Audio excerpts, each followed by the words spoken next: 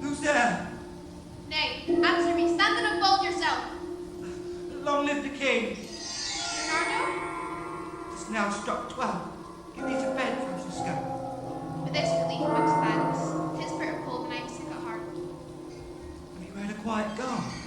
Not enough stirring. Well, good night. If you do meet Horatio and Marcellus, the rivals of my watch, bid them make haste. I think I hear them now. Stand ho, who's there? Friends this round. And liegeman to the Dane. Give you good night. Hello, Bernardo. Say, was Horatio there? Peace with him. Welcome, Horatio. Welcome, good Marcellus. What has this thing appeared again tonight? So she thought it will not appear. Oh, sit a while. Let us once again assail your ears that are so fortified against our story. What we have seen these last 2 nights. Last night of all, when yon same star that's westward from the pole had made his course to illume that part of heaven where it now burns. Marcellus and myself. The bell then beat in one. Peace, break thee off. Look where it comes again. In the same figure, like the king that's dead. Thou art a scholar. Speak to it, Horatio. It harrows me with fear and wonder. It would be spoke to. Question it, Horatio. What art thou that you say at such time of night? Together with that fair and warlike form which the majesty of very Denmark would sometimes march. Thou hast any sound or use of voice, speak to me. Stay and speak. Stop it, Marcellus. Eh? Shall I strike it with my partisan? Do if it will not stand. 'Tis here. 'Tis here. 'Tis gone. Before my God, I might not disbelieve without the sensible and true vouch of mine own eyes. Is it not like the king? In the gross and scope of mine own opinion, there's been some strange eruption to our watch. Break we up our state and let us impart what we have seen tonight unto Lady Hamlet. For upon my life, this spirit done to us will speak to her.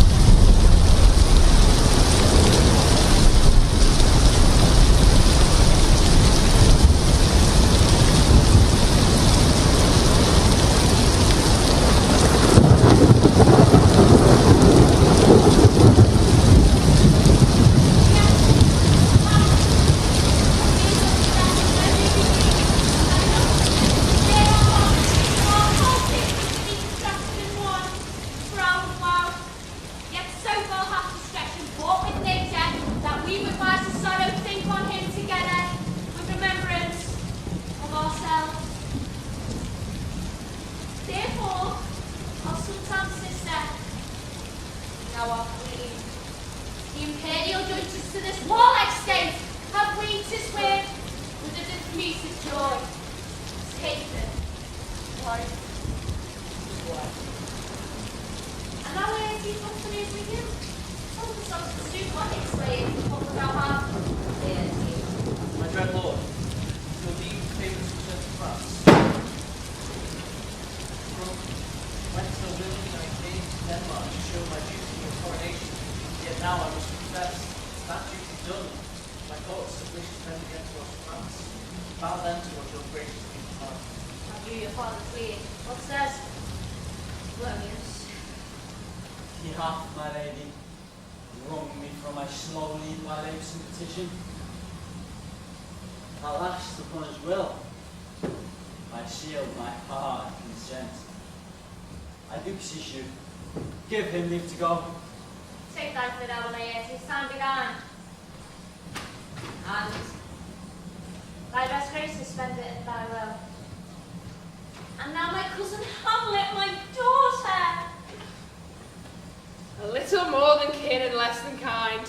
How is it that the clouds still hang on you? Not so, my lady. I am too much in the sun. Good Hamlet, cast thine answered colour off and let thine eye look thy friend Denmark.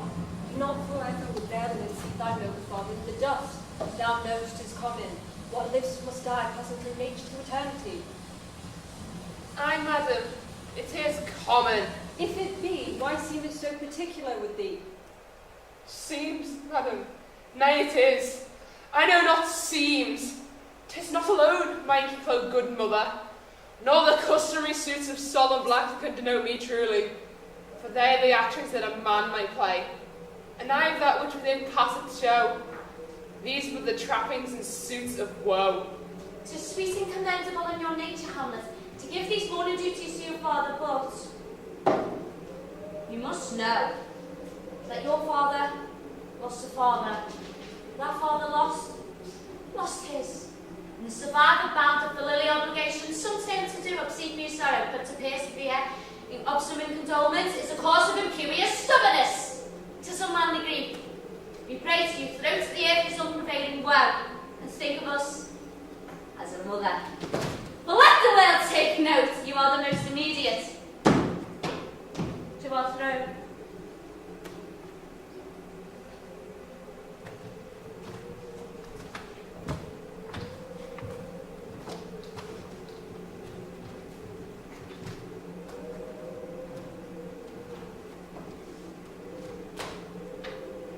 For your intent to go back to school in Wittenberg as most retrograde to our desire, we beseech you, bend you to remain here in the cheer and comfort of our eye, our chiefest courtier cousin, and our daughter. Let not thy mothers lose her prayers. I pray you, Hamlet, stay with us, go not to Wittenberg.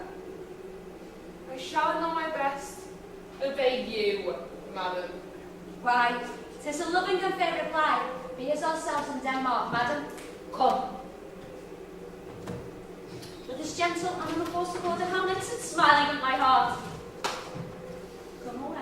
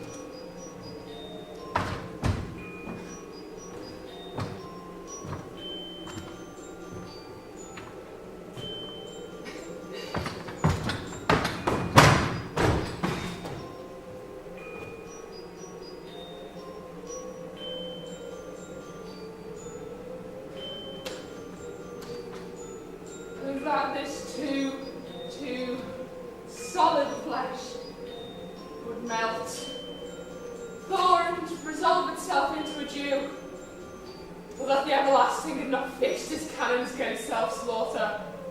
Oh gods! God! How weary, stale, flat and improfitable seems to me the uses of this world. Fire pond! 'Tis an unweeded garden, the curse to see things rank and gross in nature. Possessing merely. Did it should come to this, but 2 months dead? Nay, not so much, not 2. An excellent king, that was, this Hyperion to Saturn, so loving of my mother that he might not teem the winds of heaven visit her face too roughly. Heaven and earth, must I remember? Why, she used to hang on him, as if increase of appetite had grown by what is fed on. And yet, within a month, let me not think on it. Frailty! Thy name is woman!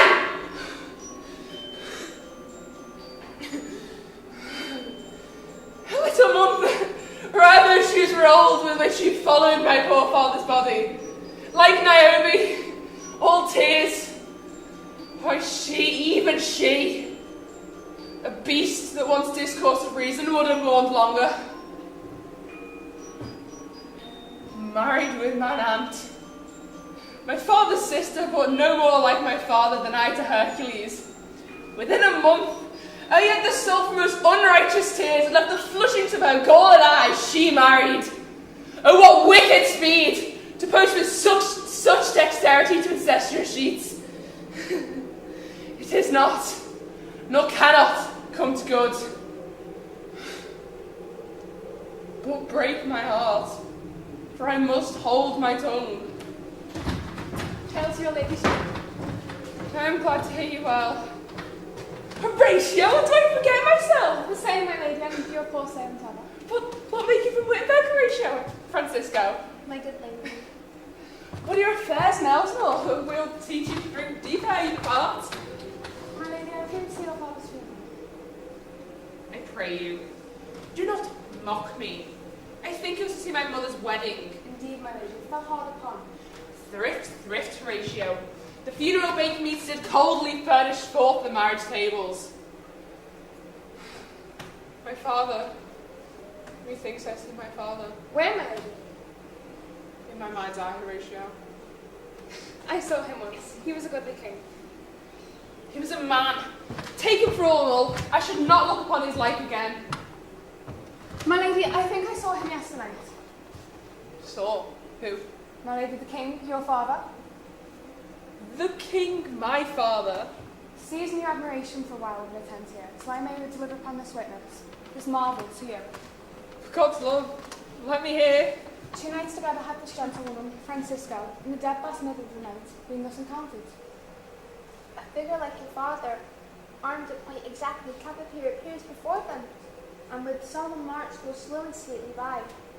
Thrice he went by my oppressed and fear-surprised eyes, within his transient blood, while they, still, almost a jelly, stand dumb with the act of fear and speak not to me. This to me in dreadful secrecy and part she did, and I in the fair night kept watch. Both in time and true and good, the apparition comes. I knew your father once, these hands are not more like. But where was this? My lady, upon the platform where we watched. Did you not speak to it? My lady, I did, but answer made it known and vanished from our sight. 'Tis very strange. Hold you not the watch tonight? We do, my lady. Armed, say you. Armed, my lady. This is top to toe.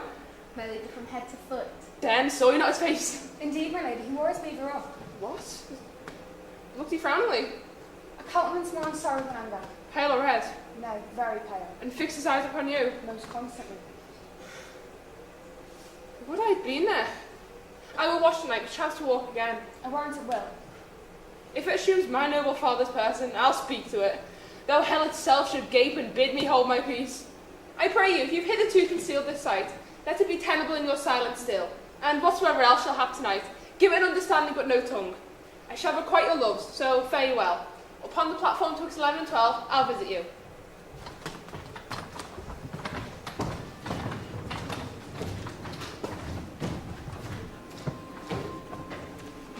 My father's spirit in arms, All's not well.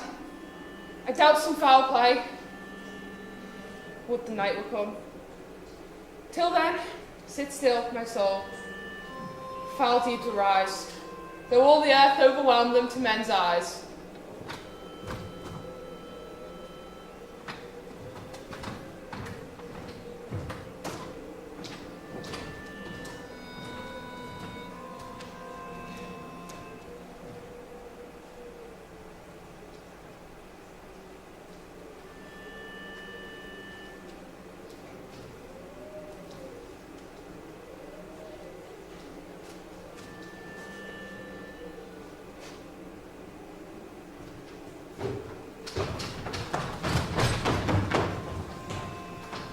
Necessaries are embarked. Farewell. And sister, as the wind to give benefit and convoy as assistant, do not sleep. Let me hear from you. Do you doubt that? For Hamlet and the trifling of her favour, hold it a fashion, and toy in blood, a violet in the youth of privy nature, forward not permanent, sweet not lasting, the perfume and suppliance of a minute, no more. No more but so. Think it no more. Perhaps she loves you now, but you must fear her greatness weighed. Her will is not her own, for she herself is subject to her birth. She may not, as unvalued people do, carve for herself, for on her choice depends the safety and health of this whole state. And therefore must her choice be circumscribed unto the voice and yielding of the body whereof she is the head. And then weigh what loss your honour may sustain. If with too creep ear you list her songs, or lose her heart, or your chaste treasures open to her unmastered importunity, fear it, Ophelia. Fear it, sweet sister, and keep you in the rear of your affection, out of the shot and danger of desire. The chariot's maid is probable enough if she'll mask her beauty to the moon. I shall effect of this good lesson keep, as watchman to my heart. But good, my brother, do not, as some ungracious pastors do, show me the steep and thorny way to heaven, whilst, like a puffed and reckless libertine, himself the prim and burst path of dalliance treads, and directs not his own breed. Fear me not. I stay too long. My father knows.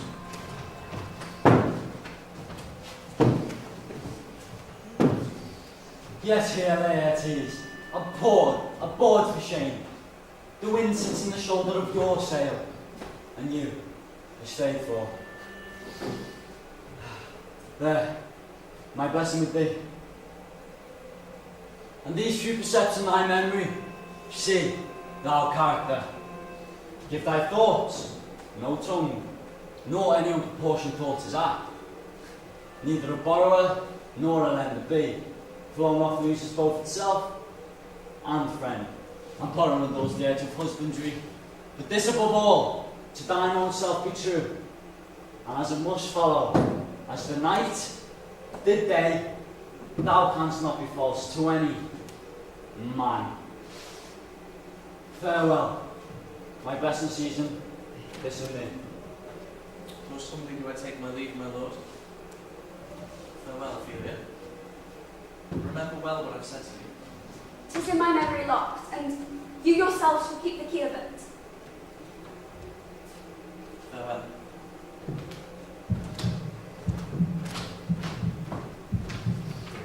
What is Ophelia? He hath said to you. So please you, something touching the Lady Hamlet. Marry well be thought. 'Tis told me she hath very often of late given private time to you, and of you yourself.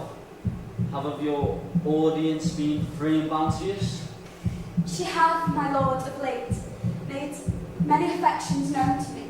Affection. My lord, she had importuned me with love in honourable fashion, A fashion you may call it. Go to. and have given countenance to her speech, my lord, with almost all the holy vows of heaven. I do know. When the blood burns, how prodigal a soul lends the token vows. from this now be somewhat scanter of your maiden presence, setting treatment at a higher rate than command to parley. For Lady Hamlet believes so much in her, for that she is young, and with a large title may she walk that may be given you. In few, Ophelia, do not believe her vows.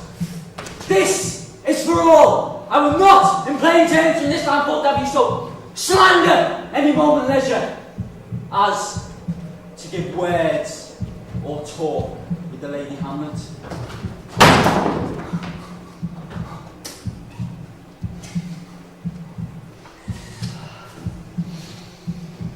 Look to it, I charge you. Come your ways.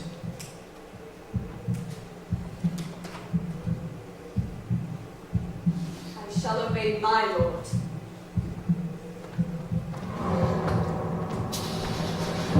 What hour now? I think it lasts as well. Nay, it is struck. Indeed. I heard it not. Then it draws near the season in which the spirit help is going to walk.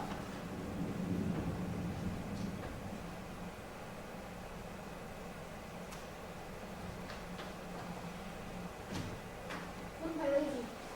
It comes. Angels and ministers of grace defend us. Thou comest in such questionable figure. I'll call thee Hamlet, King, Father. Will they not answer me? Let me not burst in ignorance, but tell why they cannonade bones, hers and death, and burst their cerements. Why this sepulture? When we saw thee quietly in turn, have Otis ponderous and marble jaws to cast thee up again. Why is this? Wherefore, what should we do? If that gets you to go away with it. Look. With what cautious action it wavers you to a more removed ground, but do not go with it. No, by no means. Why? What should be the fear? I do not set my life on a pin's fee. And to my soul, what could it do to that? Being a thing immortal as it is. Look you, it was before thou follow me. You shall not go, my lady! My fate will hand me! By heaven, I'll make a ghost of she that lets me. I say, away. I'll follow thee. She waxes desperate with imagination. 'Tis not fitless to obey her. Have after what issue will this come? Something rotten is in the state of Denmark.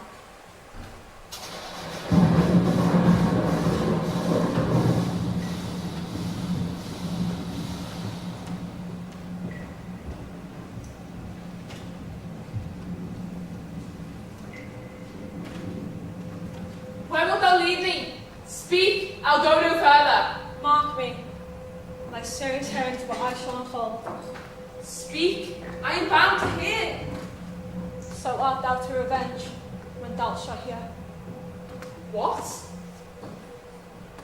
I am thy father's spirit, doomed for a certain time to walk the night, and for the day confined to fast in fires, until the foul crimes done in my days of nature are burnt and purged away. I could a tale unfold whose lightest word would harrow up thy soul, freeze thy young blood, make thy two eyes like stars start from their spheres. This eternal laser must not be to ears of flesh and blood. List, list, oh list. If thy ever, dear father, love, Oh God. revenge is most foul and unnatural murder. Murder! Now, Hamlet, here.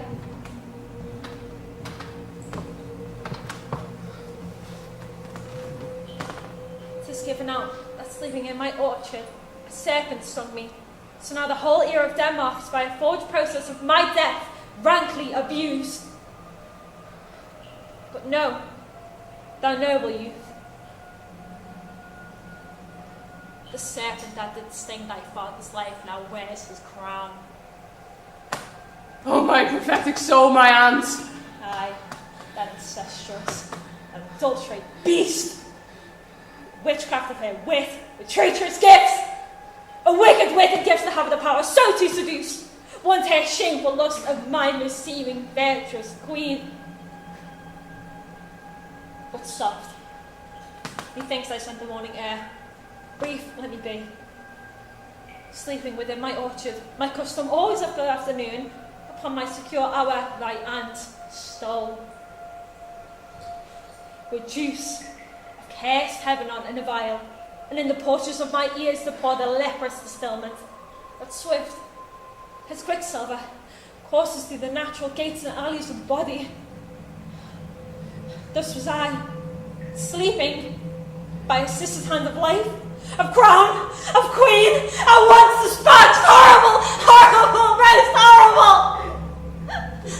And thou hast nature in thee, bear not! Let not the royal bed of Denmark be a couch of luxury and damned incest!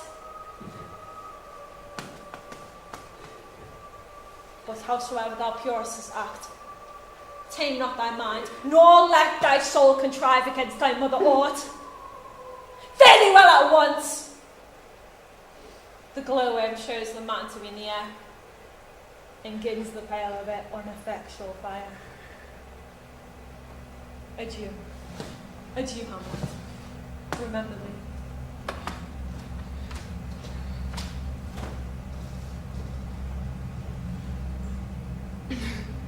Oh, all you host of heaven, O earth, and shall I couple with hell?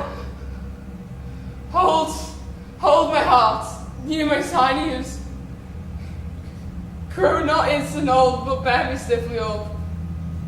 Remember thee, yes, by heaven. O most pernicious woman, villain, villain, smiling, damned villain. One may smile and be a villain. At least I'm sure it may be so in Denmark. So, aunt, there it is. Now to my word it is. Adieu, adieu, remember me. I have swarmed.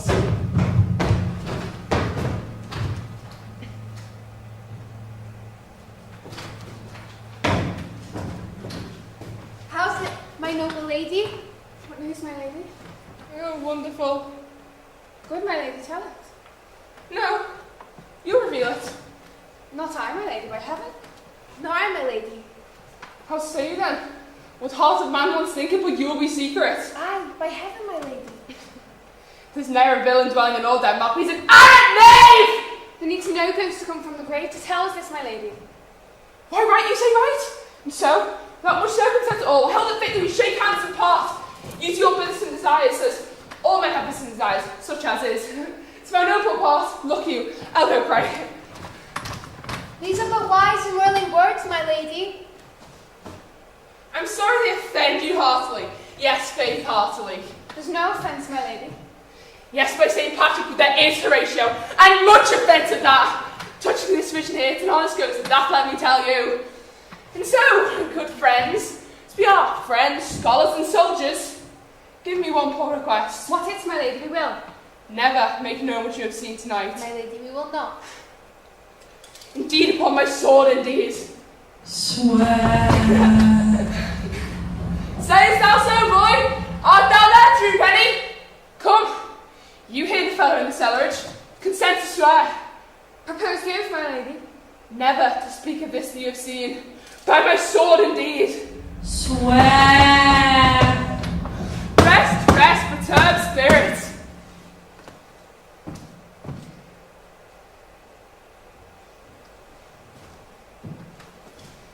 So, gentlemen, it was all my love that I do commend me to you. Being as poor a woman as Hamlet may do, to express her loving and friending to you, God's willing shall not lack. Let us go in together, but still our fingers on lips. I pray you, time is out of joint. Oh, cursed spite, that I was ever born to set this right.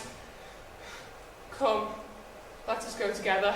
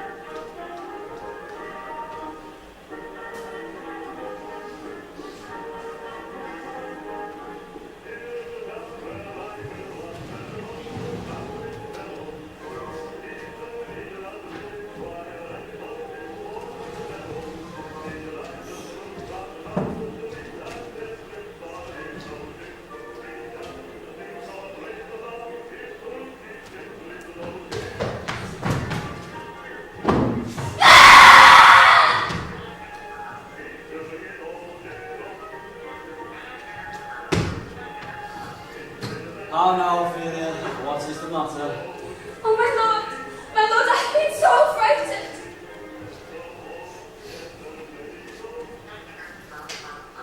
With what? In the name of God. My lord, as I was sewing in my closet, Lady Hamlet, with her jewels full of grace, no hat upon her head, her stockings fouled and parchment, and down giving to her ankle, and with a look so piteous and purport, as if she'd been loosed out of heaven, to speak of horrors, she comes before me.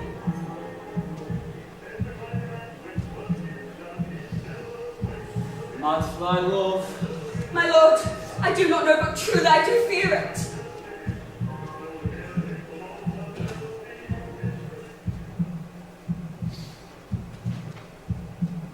What said she?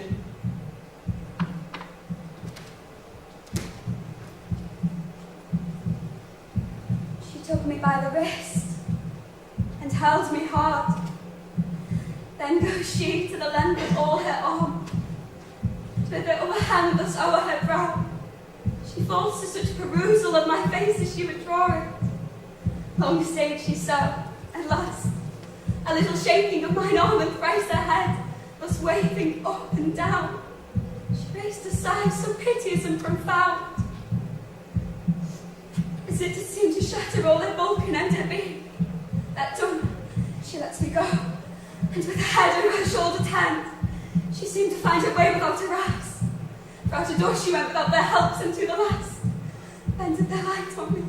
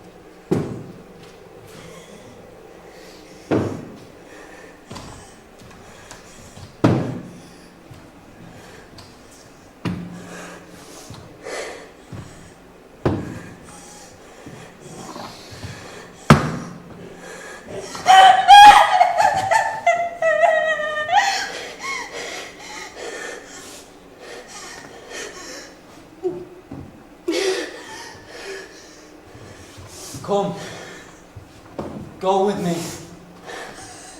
I'll go seek the king. This is the very ecstasy of love, whose violent property foredoes itself and leads the will to desperate undertakings. As oft as any passion under heaven that does afflict our natures, I am sorry. Have you given her any hard words of late? No, my good lord, but as you did command, I did repel her letters and denied her access to That me. hath made her mad. I am sorry that with better heed and judgment I had not quoted her. I feared you did but trifle. I meant to wreck thee, but pursue my jealousy. By heaven, as it is proper to our age to cast beyond ourselves, as it is common for the youngster sort to lack discretion. Now come, go with me. I will go seek the king, which, being kept loose, might move more grief to hide than hate to utter love.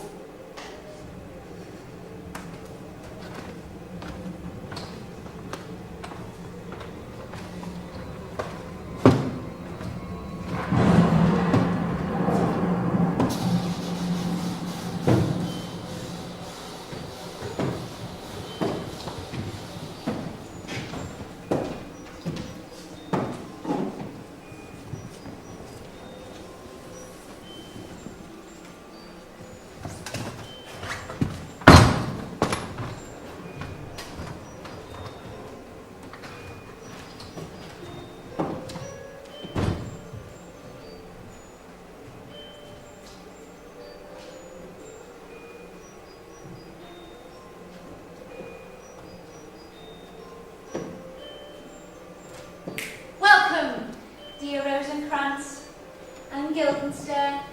Something have you heard of Hamlet's transformation, so call it Sith? No the exterior, no the inward woman that resembles that it was, what it should be. Mother and father's death, that those have put so much the understanding of herself, I cannot dream of. I entreat you both, that you vouchsafe your rest in our court some little time, so by your company draw her on to pleasures. So gather so much from the occasion you may glean, whether aught to us unknown that afflicts her thus that open lies within our remedy. Good gentlemen, she hath much thought of you, and sure I am two men, there are not living, to whom she more adheres. Both your majesties might, by the sovereign power you have of us, put your dread pleasures more to commandment to you. We both obey. Here we offer ourselves full bent, and lay our services at your feet, yours to command. Thanks, Rosencrantz and gentle Guildenstern. Thank you, Guildenstern and gentle Rosencrantz, and I beseech you instantly to visit my much changed daughter. Ah, heaven pray, our presence, as well as our practices, will be of help. Amen.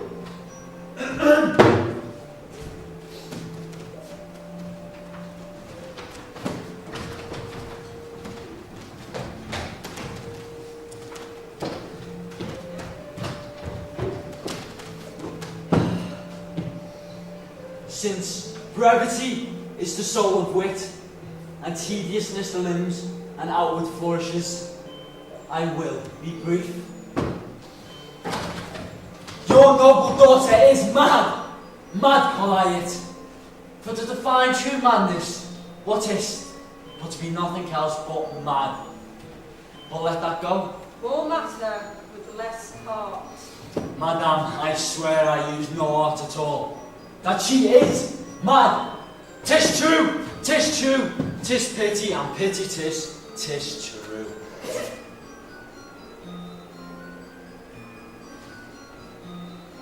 Foolish figure. I have a daughter! Have, while she is mine, who, in her duty and obedience mark, hath given me this. Now gather and surmise. To the celestial and my soul's idol, the most beautified Ophelia. That's an ill phrase, a vile phrase, beautified. That's a vile phrase. We shall hear this, thus, in her excellent way. And this from Hamlet to her. Good madam, stay a while. I will be faithful.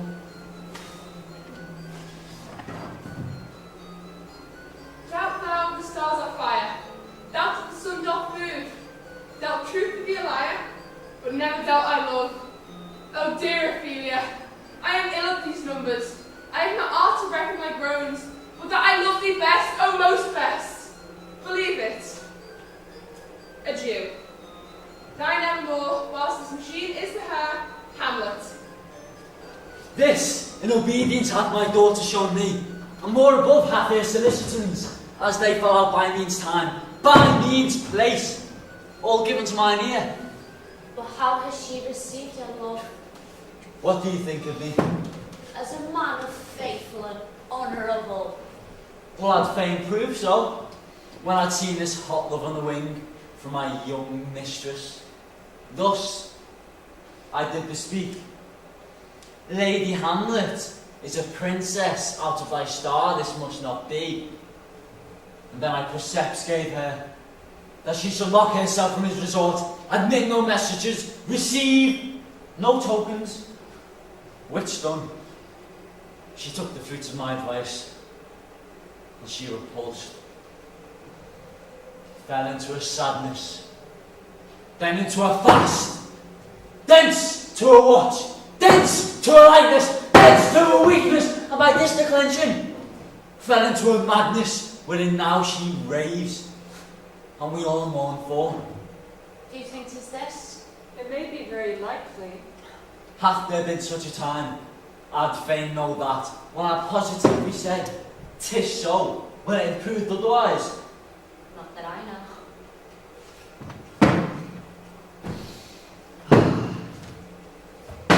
Take this from this. If this be otherwise, if circumstances lead me, I will find where the truth is hid. Though it were hid indeed within the centre.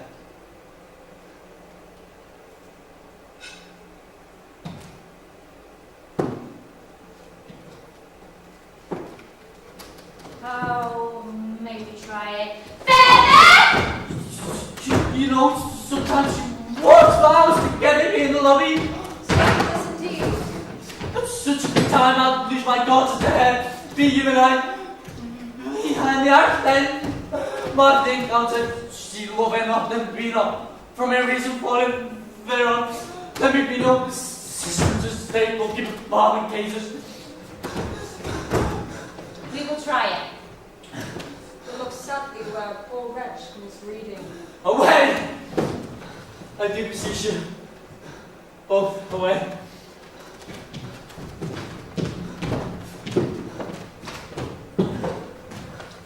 I'll board her presently.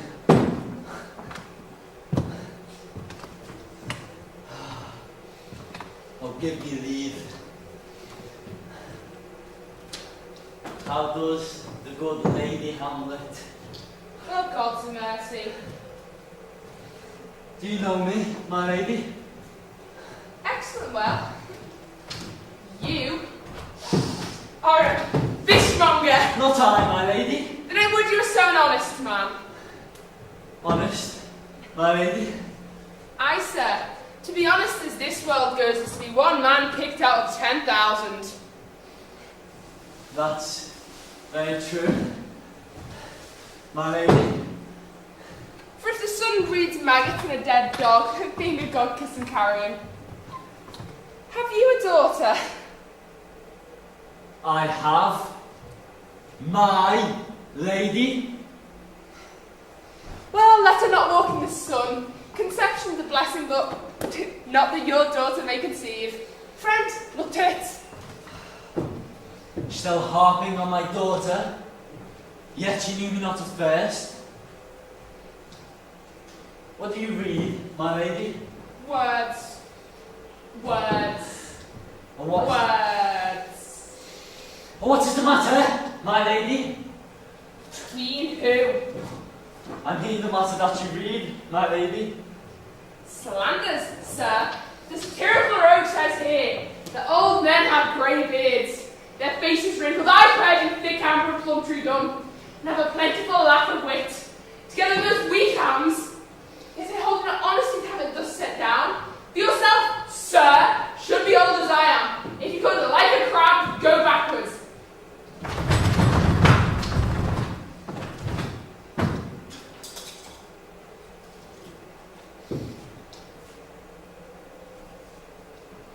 Though this be madness,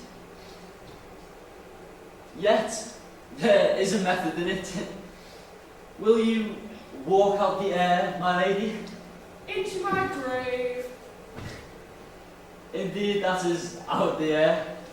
My honourable lady, I'll most humbly take my leave of you.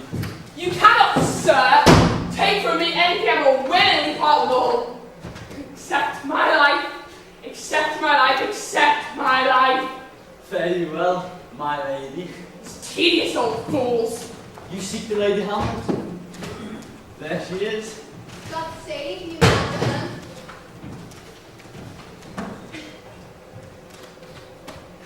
My most dear lady. My excellent good friends.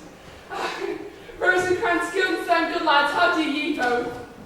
As the indifferent children of the earth. Happy that we are not over happy. On fortune's cap, we are not the very button.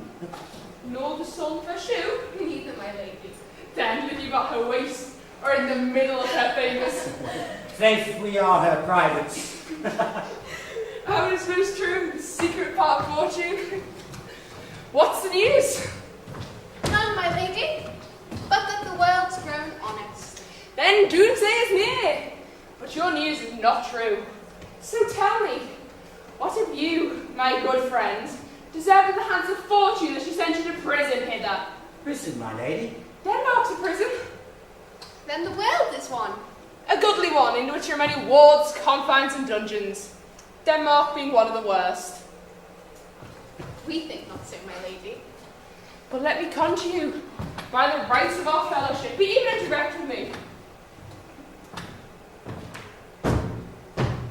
I know the king and queen have sent for you. What say you? I have an eye of it. If you love me, hold not off. My lady, we were sent for. I will tell you why. So shall my anticipation prevent your discovery, and your secrecy to the king and queen will live further. I have, as of late, but wherefore I know not, lost all my mirth, forgone the custom of exercises, and indeed it goes quite heavily with my disposition. This goodly frame, the earth, seems to me a sterile promontory. This excellent canopy, look you, this brave overhanging firmament, majestical roof fretted with golden fire. Why, it appears nothing more than a foul and pestilent congregation of vapours. What a piece of work is a man! How noble in reason, how infinite in faculty, in form and moving, how express and admirable, in action, how like an angel, in apprehension, how like a god! The beauty of the world, the paragon of animals, yet to me what is this quintessence of dust? Man delights not me, no, nor woman neither. Though by your smiling you seem to say so. Friends, you are welcome to Elsinore, but my mother and mother are deceived. What, dear lady? That I'm but mad north-northwest when the wind is southerly, I know hope for a handsaw. Well be with you, gentle people. Hark you two, Leech is a hero. That great baby you see there is not yet out of his swaddling clouds. Happily, he's the second time come. For they say an old man is twice a child. Market, you say right. So Monday morning, so needs. My lady, I have news to tell. The actors have come to hither. Oh, Jephthah, judge of Israel, what treasure hadst thou? What a treasure had he, my lady? Why, one fair daughter, and no more. The kind who looked passing well. She said on my daughter. I'm not in the right, old Jephthah. You call me Jeff!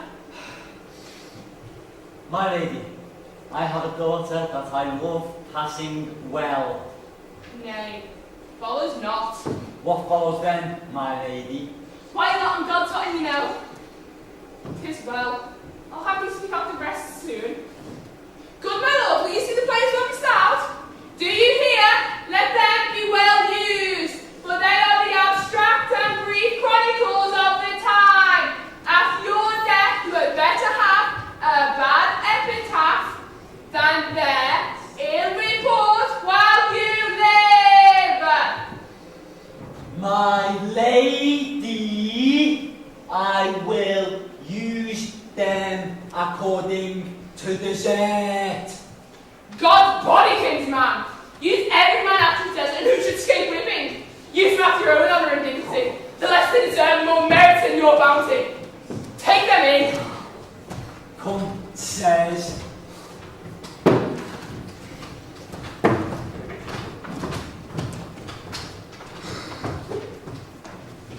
Oh, now I'm alone. Oh, what a rogue and peasant slave I am. Am I a coward? Who calls me villain? Who does me this? Swoons. Should take it. Bloody, bawdy villain. Remorseless, treacherous, lecherous, kindless villain of vengeance! Why, what an ass am I!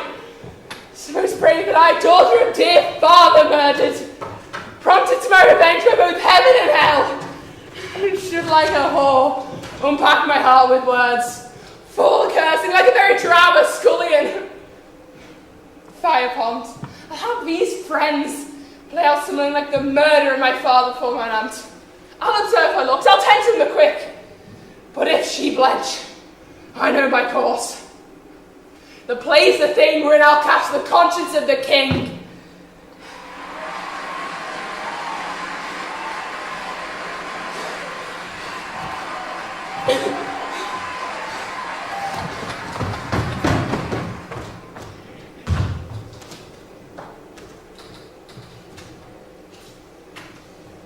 Can you, by no drift of circumstance, get from her why she was on this confusion, racing so harshly, all her days are quiet and turbulent and dangerous, lunacies?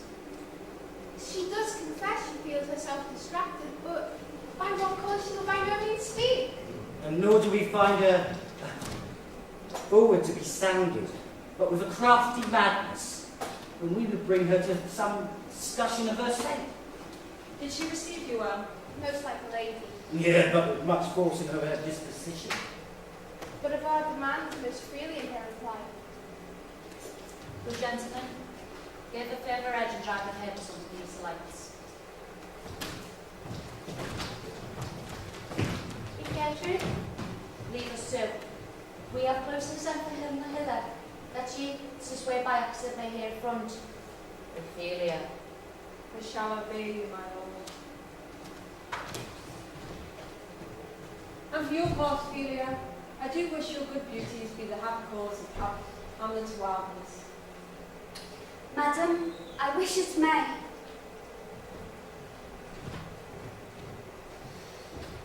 Ophelia, walk you here.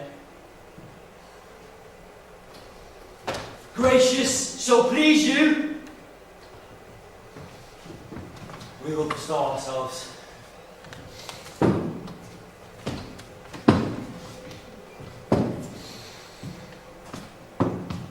We are oft to blame in this.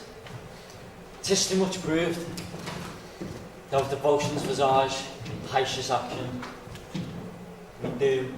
She'll go over the devil herself. Oh, it's too true. How smart a lash thou speak doth give my conscience. I hear her coming. Let's withdraw, my lady.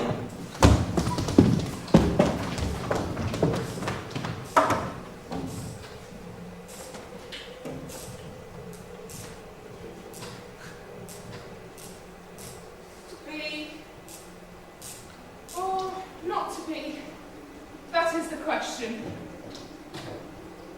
Whether 'tis nobler in the mind to suffer the slings and arrows of outrageous fortune, or to take arms against the same troubles and by opposing end them, to die, to sleep, no more.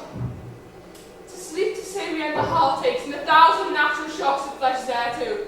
'Tis a consummation to outlive be wished. To die, to sleep, a chance to dream. For in that sleep of death what dreams may come, when we've shuffled off this mortal coil, must give us pause. There's the respect that made calamity of so long life. For who could bear the whips and scorns of time, the oppressor's wrong, the proud man's contumely, the pangs of despisement, the lawless delay, the insolence of office, and the spurns that patient merit on the unworthy takes, when he himself might make quietest with a bare bodkin?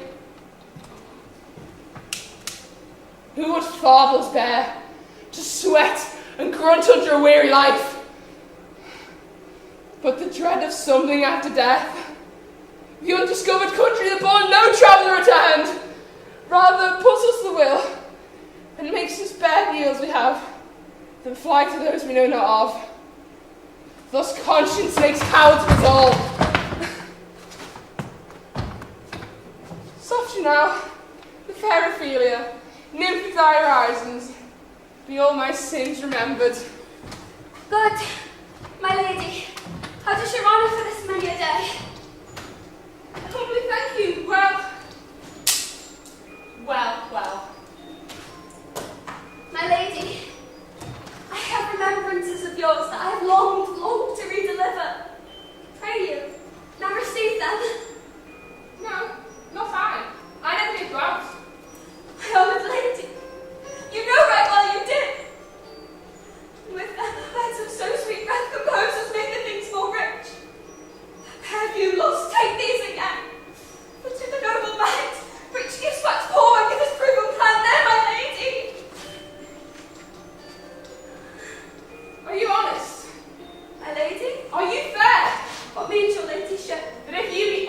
There, your honesty should make no discourse to your beauty. Could beauty, my lady, have better commenced than with honesty? Aye, truly. For the power of beauty will soon transform honesty from what it is to a bawd. Then the force of honesty can translate beauty into his likeness. This was sometime a paradox, but time hath give it proof. I loved you once. Indeed, my lady, you make me believe so. You should not believe me.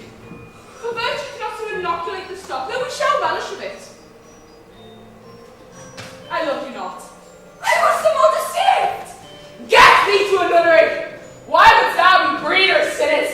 I myself indifferent unto that accused me of something thing better my mother had not borne me. I'm very proud, revengeful, ambitious, with enough offence to back. Then the thought to put them in, imagination to give them shape or time to act them in. What should such fellows as I do crawl and tweet the heads of heaven? We are arrogant all, believe none of us. Go thy ways for nunnery. Where's your father? At home, my lady. And let the doors close on him, so he may play the fool, no place other than his own house. Farewell. Oh, help her! You sweet heavens! If thou dost marry, I'll give thee his plague for thy dowry. Be thou chaste as ice, pure as snow, thou shalt not escape calumny. Get thee to a nunnery. Go, farewell. Or, if thou wilt be married, marry a fool, for wise men know what monsters you make of them. To a nunnery! Go! And quickly too. Ah! Heavenly powers, restore her! I've heard of your paintings too. Well enough. God gives you one face, you make yourself another. You jig, you amble, and you lisp. You nickname God's creatures. Your wantonness will be your ignorance. Go to, and therefore this hath made me mad. We'll have no more marriages. Those who are married already, all but one shall live. The rest shall keep as they are.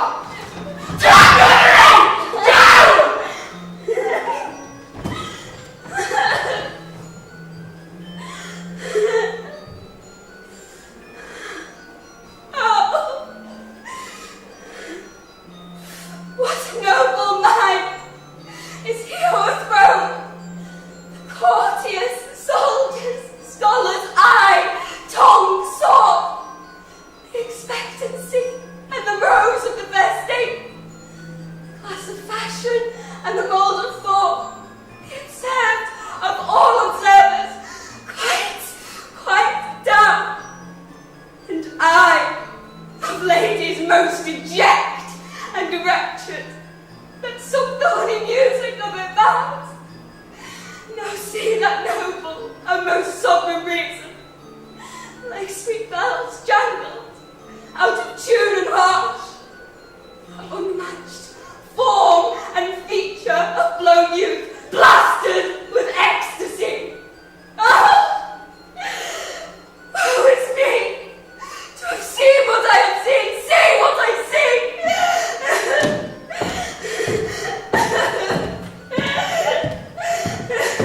Love, but affections do not that great end, nor what ye spake, though the lack form a little, does not like madness.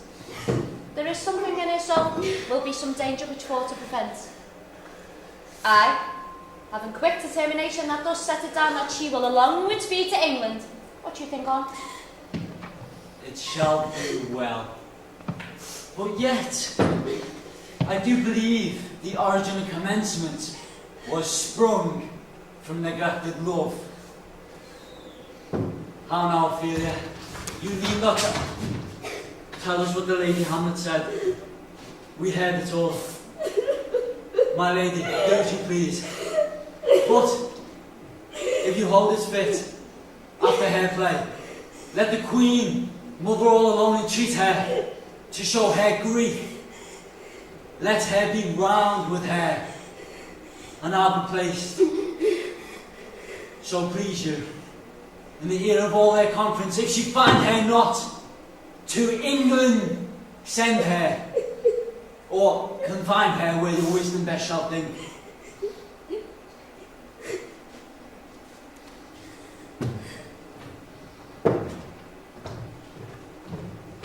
shall be so. Madness and great ones must not unwatched go.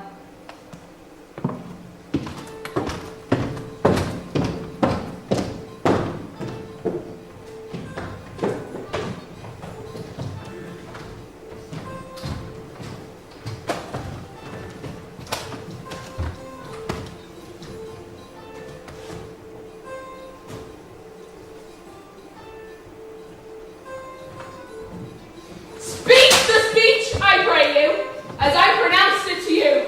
Trippingly on the tongue, but do not mouth it, as many of your players do. I had as light a town crier spoke my lines. Nor do not saw the air too much with your hands.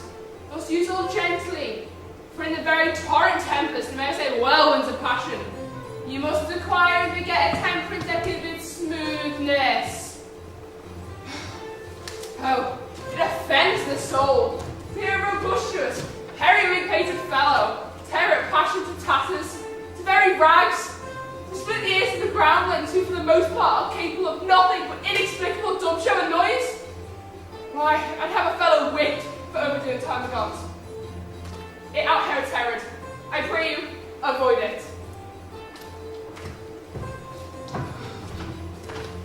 I want Your Honour. Go, make you ready.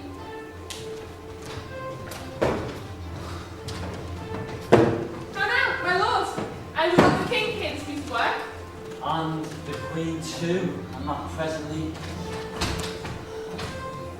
And bid the players make haste.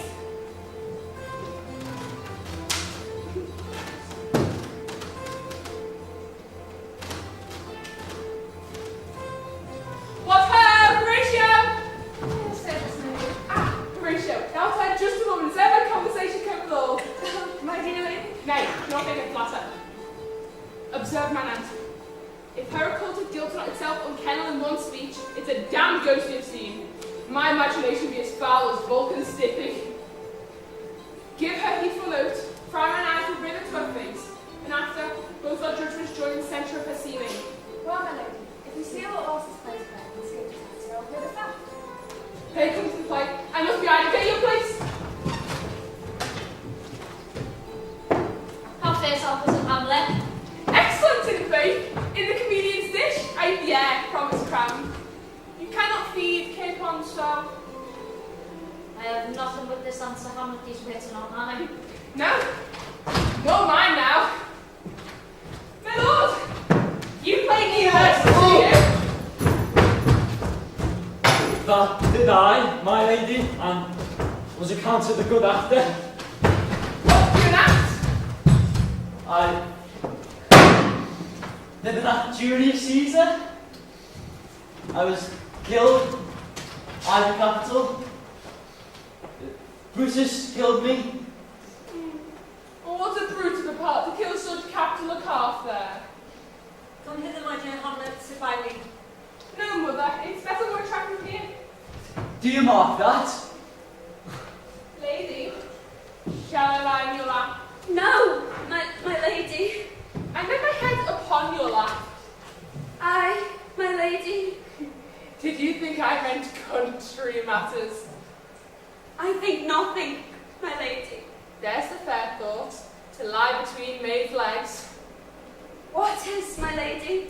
Nothing. You were married, my lady. Who? I, my lady. Well, God, you're any jig maker. What could man do but be married? For look you, how cheerfully my mother looks, and my father died within these 2 hours. Nay, 'tis twice 2 months, my lady. So long! Nay, then let the devil wear black, I'll have a suit of sables. Heavens, died 2 months ago, not forgotten yet.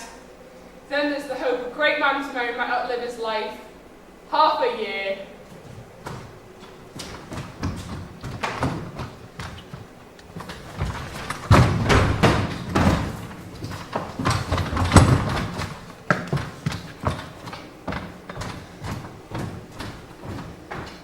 For us and for our tragedy, here stooping till clemency, we beg your hearing patiently. Is this the prologue of the poet's for a ring? 'Tis brief, my lady. As woman's love. Full 30 times hath Phoebus' clock gone round, Neptune salt washing telleth all ground, and 30 dozen moons with buried sheen about the world at times 12/30's been. Since love, our hearts and hymen did our hands unite in the most sacred and communal bands. So many moons and sun, make us again count over love be done. But woe is me, you are sick of late, so far from cheer and from your former state, that I distrust you, yet though I distrust, for woman's fear and love holds quantity, in neither aught or in extremity. Faith, I must leave thee, love, and shortly too. My apparent powers their functions leave to do, and thou shalt live in this fair world behind. Honoured, beloved, and happily one is kind, the husband shalt thou. Oh, confound the rest! Such love must needs be treason in my breast. In second husband let me be accursed. None wed the second, but who killed the first? Wormwood, wormwood. But all needs when I begun, our wills and fates do so contrary run. Their thoughts are ours, our ends none of our own. So, think thou will no second husband wed, but die thy thoughts when thy first lord is dead. Nor earth to me, give me food, nor heaven light, sport and repose, lock from me dry day and night. To desperation turn my trust and hope, at anchor's cheer, in prison be my rope. Each opposite that blanks the face of joy, meet what I would have well, and it destroy. Both here and hence pursue me, last in strife. If once a widow, never I be a wife. If she should break it now. 'Tis deeply sworn, sweet. Leave me here a while, my spirits grow dull, and I would beguile the tedious day with sleep. Sleep, rock thy brain, and never come mischance between us twain.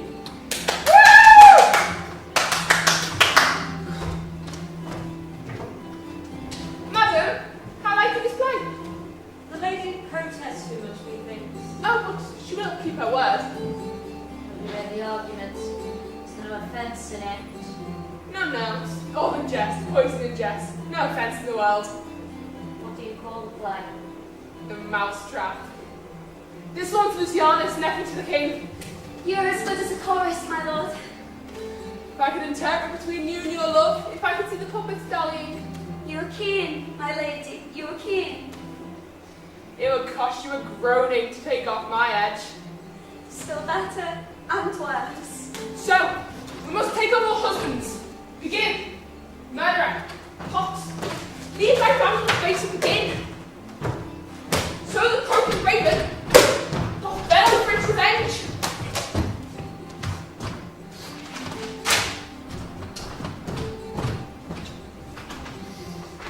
Thoughts, black, hands, app, and drugs, fit, time, agreeing, confidate, season, else, no creature, seeing, thou mixtures rank of midnight, weeds collected, with Hecate's ban, thrice blasted, thrice infected.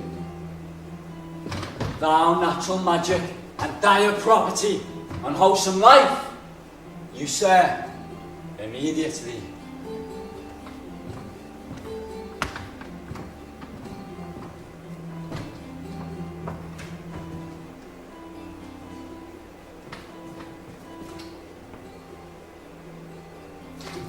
He poisoned in the garden of his estate. You shall see anon how the murderer gets to live in a king's wife. The king rises. What? Frightened with false fire? How fares, my lord? Give him with the play. Give me some right.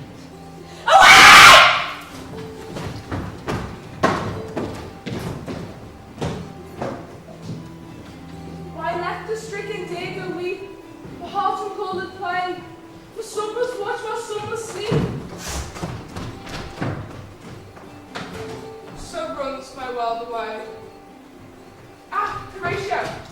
I'll take you this word to Stouthhound. Did perceive.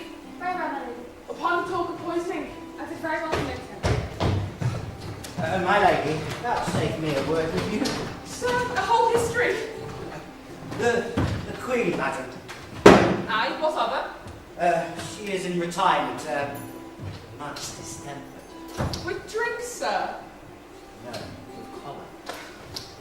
Your wisdom should prove itself more richly if you signify this to her doctor. For me, to put her to her purgation would perhaps plunge her into far more choler. Good mind, my lady. Put your discourse into some frame and start not so widely upon my affair. I am tame, sir. Pronounce. The Queen, your mother, is in the most great affliction of spirit. Have sent him. She desires to speak with you in a closet. Eager to bed. We shall obey. Were she 10 times our mother. Have you any further trade with us?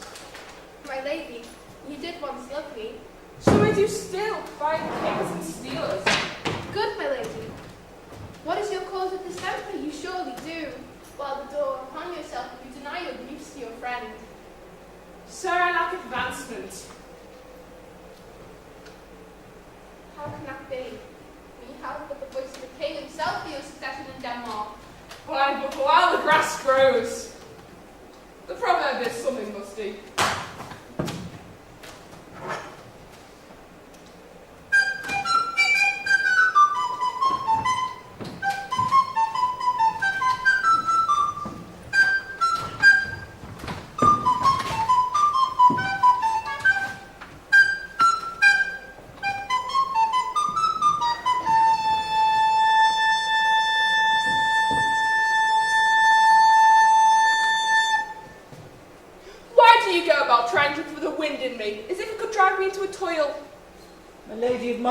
If my love be too bold, it's because my love is too unmannerly. I do not well understand. Will you play upon this pipe? No, I cannot. I pray you. Believe me, I cannot. 'Tis easy as lying. I do not have the skill. Why, what an unworthy thing you make of me. You would play upon me. You have known my stopping. You built the heart of my mystery. Sound me from my low string to the top of my compass. There is much music, excellent voice in this little organ, and cannot you make it speak? Splud! That you think I am easier to be played upon than a pipe! Call me what it's when you will. You may fret me, but you cannot play upon me! God bless you, sir! My lady, the Queen will speak with you, and presently... I will go to her by and by. They fool me to the top of my bed. I will go by and by! I'll say so. By and by is easily said, sir. Leave me, friends.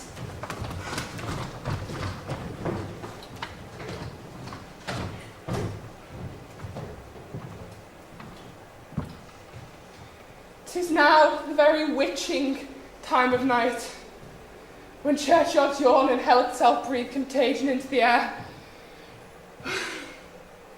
Now could I drink hot blood and do such bitter business that day itself would quake to look on. Soft. Now to my mother, I will speak with daggers but use none.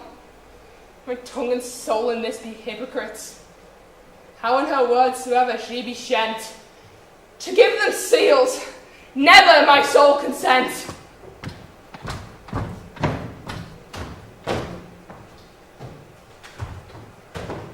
I like him not, nor accept safe with us to let him out this range. Therefore prepare you. At your commission, will forfeit dispatch and she shall no longer you to England. The terms of our estate may not endure, as it's so dangerous as doth hourly go out of their lunacies. We will ourselves provide. most holy and religious spirit is to keep those many, many bodies safe that live and feed upon your majesty. The single and peculiar life is bound with all the strength and arm of the mind to keep itself from annoyance. But much more that spirit whose will depends and rests the lives of many. Arm you. I pray you to pull letters on the speedy voyage. Which now goes to 3-footed.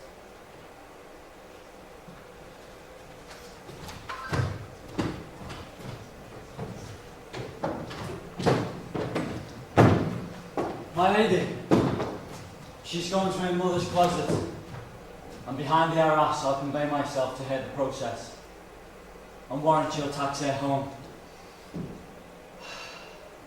And as you said, and wisely was it said, 'tis meet that some more audience than a mother, since nature makes them partial, should overhear the speech of vantage. Fare you well, my liege. I'll call you upon the ear. You go to bed and tell you what I know. Thanks, dear my lord. My offence is rank. It smells to heaven. Half the primal elders cursed upon us. A brother's murder. What if this cursed hand was thicker than itself with the brother's blood? Is there not enough rain in the sweet heavens to wash it as white as snow? My fault is past. But oh, what form of prayer can save my sin? Forgive me my foul murder. Cannot be. For I am still possessed of the effects of which I did the murder. My crown, my own ambition, and my queen, a wretched state, a bosom as black as death, a large soul struggling to be free in our morning gate. Help angels make as they bow, stubborn knees and hearts as strings as steel. Be soft as the sinners as a newborn babe. I'll make you well. Now might I do it, Pat. Now she's praying. And now I'll do it!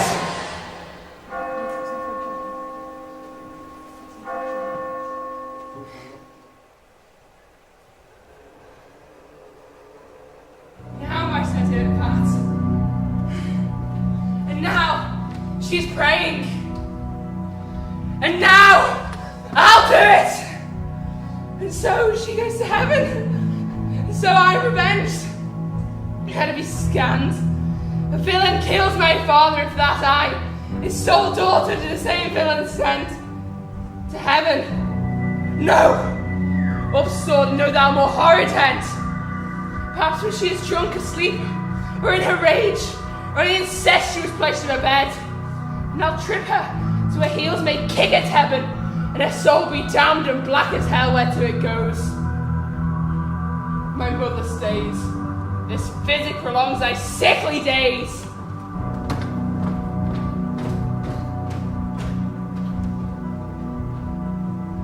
My words fly up, my thoughts remain below. Words without thought, never to heaven go.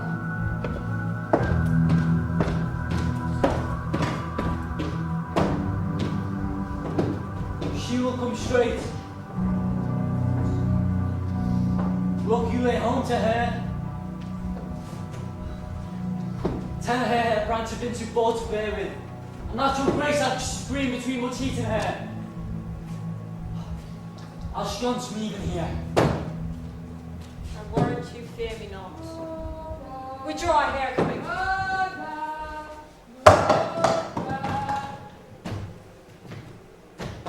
Now, mother, what's the matter? Hamlet, hast thou father much offended? Mother, you have my father much offended. Come, you answer with idle tongue. Go, you question with wicked tongue. Have you forgot me?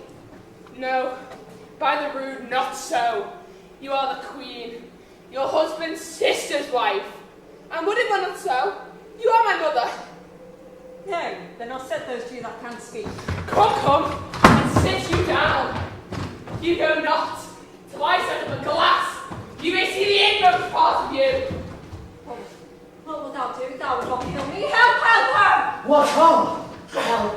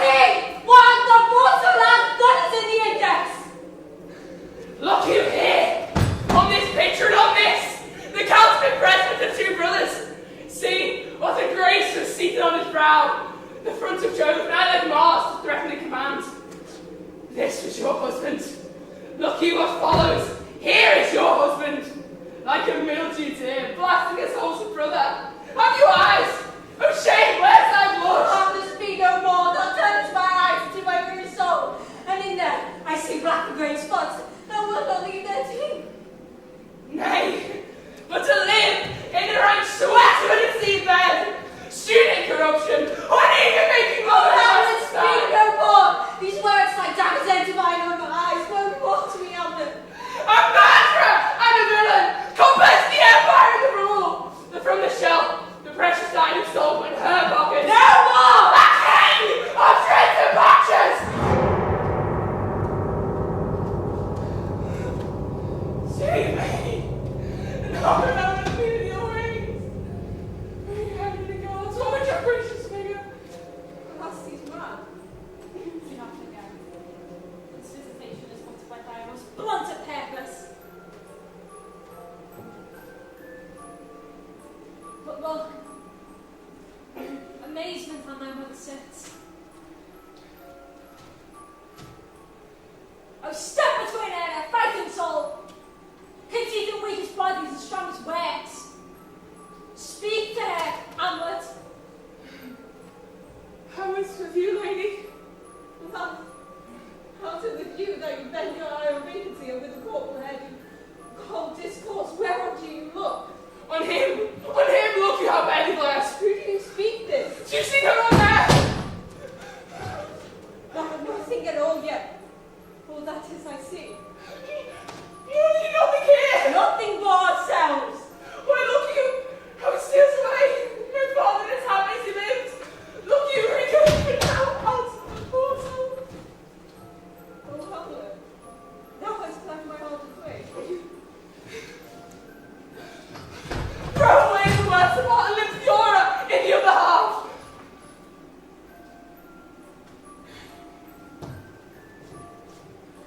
Good night.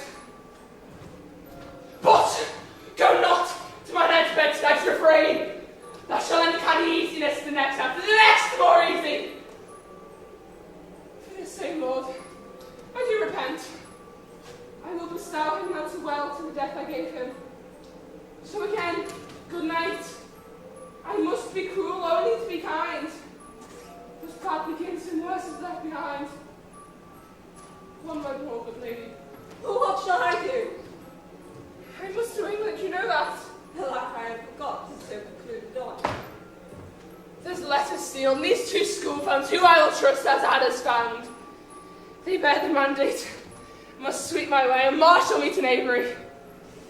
Let it work. For 'tis the sport to have the engineer hoist by his own petard. Come, sir, to draw towards an end with you.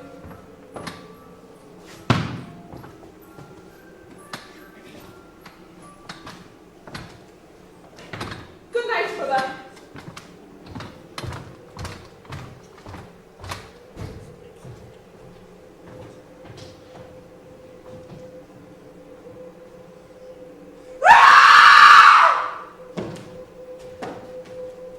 This matter in these sighs, these profound heaves, you must translate this as fit we understand them.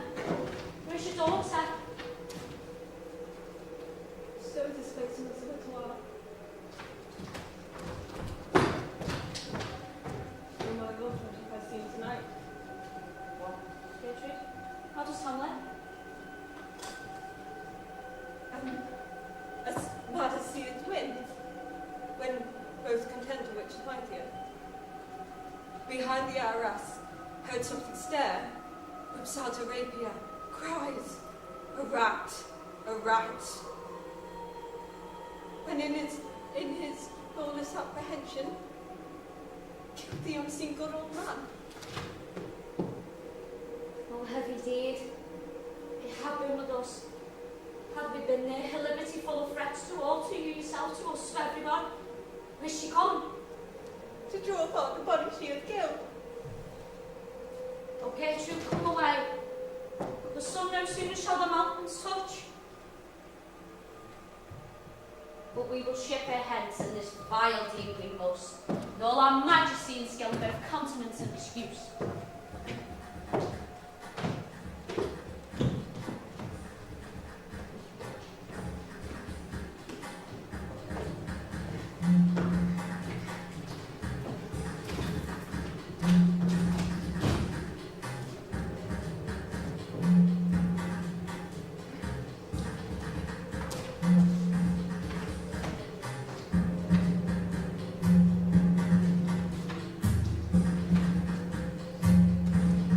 Sacred stone.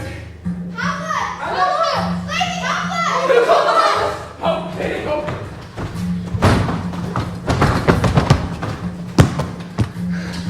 My lady, what have you done with the dead body? Compounded it with dust to a tutor's kin. My lady, tell us where it is that we may then take it to the chapel. Do not believe it. Believe what, my lady? But I can keep your counsel, not mine own.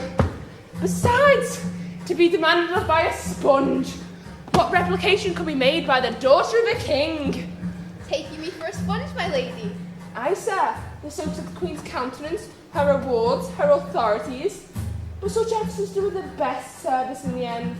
She keeps them, like an ape, in the corner of her jaw, first smiled to be last swallowed. When she needs what you have gleaned, it is but squeezing you, and sponge you shall be dry again. My lady, you must tell us where the body is and go with us to the king. The body is not with the king, but the king is with the body. The king is a thing. A thing, my lady. Of nothing. Bring it to me. Now, Hamlet, where is Polonius? At supper. At supper where? Not where he eats, but where he's eaten. A certain complication of political rhymes already at him. Alas, alas. A man may fish with the worm that hath fed the king, and cattle the fish that hath fed that worm. What dost thou mean by this? Nothing, but to show how a king may go progress with the guts of a beggar. Where is Polonius? In heaven! Send hither to see. Your messenger, find him not there. Seek him in the other place yourself. But, indeed, if you find him not within this month, you shall nose him as you go up the stairs into the lobby. Go seek him there. He will say to you, come. Hamlet, prepare thyself. The bark is ready, the windows are held, the associates tend, and everything is bent for England. For England! Aye, Hamlet. Good. So is it, if thou knewest our purposes? See a cherub that sees them there. But come, for England. Farewell, mother. Thy loving mother, Hamlet. My mother. Father and mother is man and wife. Man and wife is but one flesh. And so my mother. Come, for England. Follow the foot, pray you make haste. The present death of Hamlet. Do it, England! Do it, for like the hectic in my blood she rages. And thou must cure me, till I noticed on how am I hath my joys were there begun!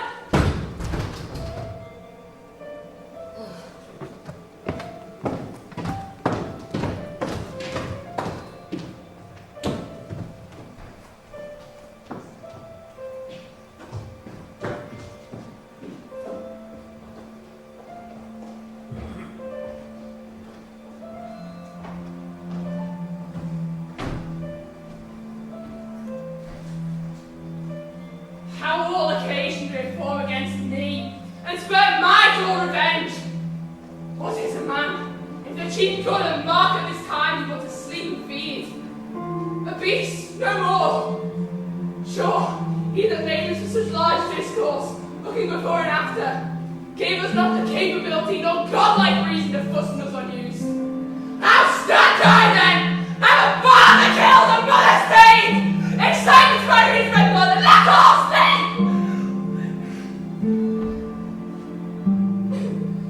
While to my shame, I see the imminent death of 20,000 men. For a fantasy or trick of fame, go to their graves like beds. Fight for a plot when the numbers cannot try the cause, which is not too enough or constant to hide the slain. Oh, from this time forth my thoughts be bloody, or be nothing worth!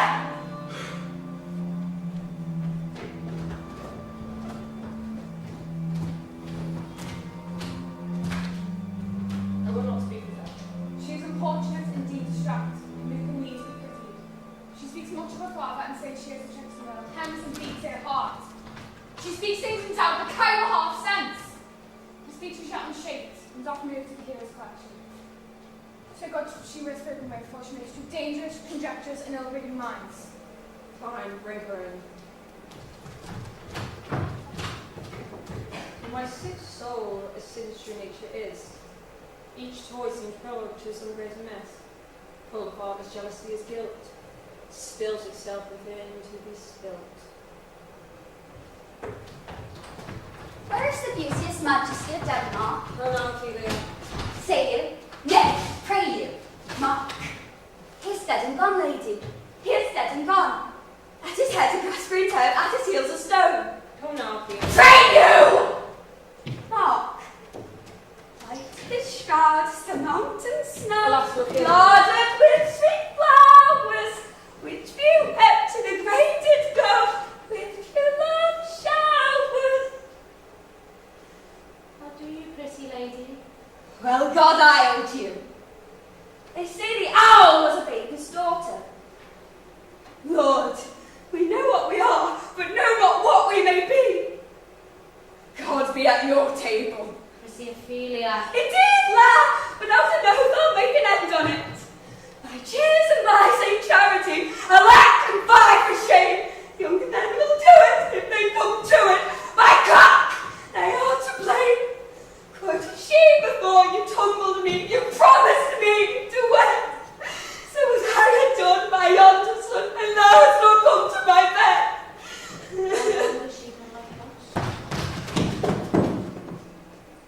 I hope all will be well.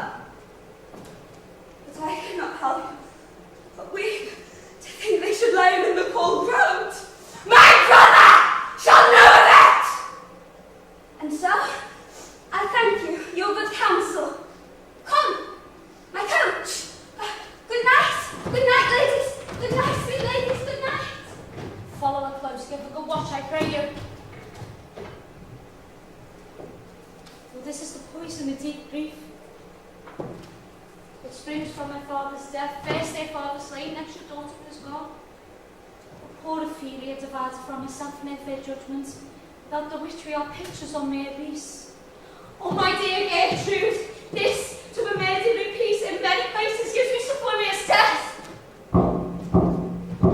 Alack, what noise is this now?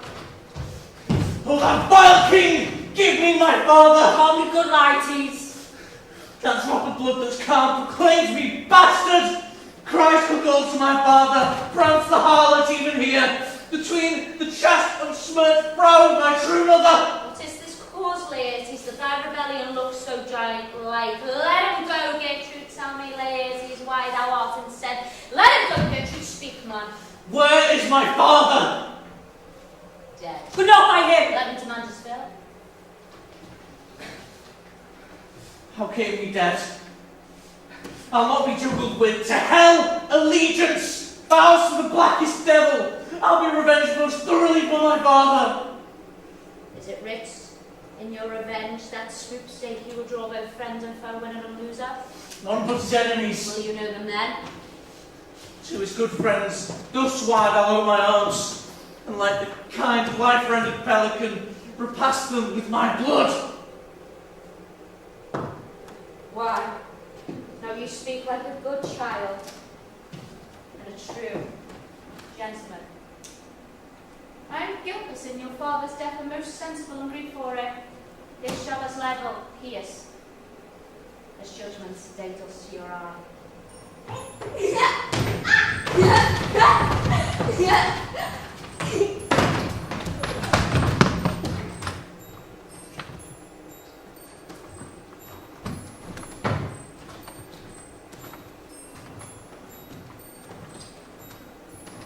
Oh, heat, dry up my brains, tears 7 times salt, burn out the sense and virtue of mine eye.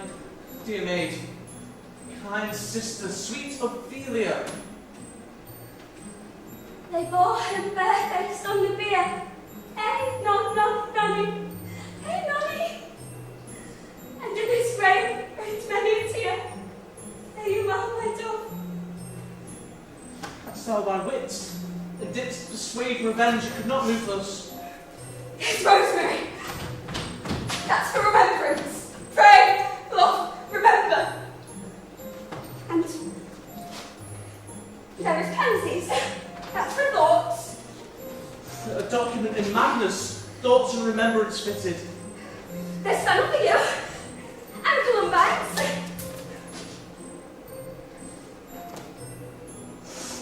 There's room for you. And there's some for me. We may call it Hammer Grace Sundays. Thou! You must wear your rue with a difference.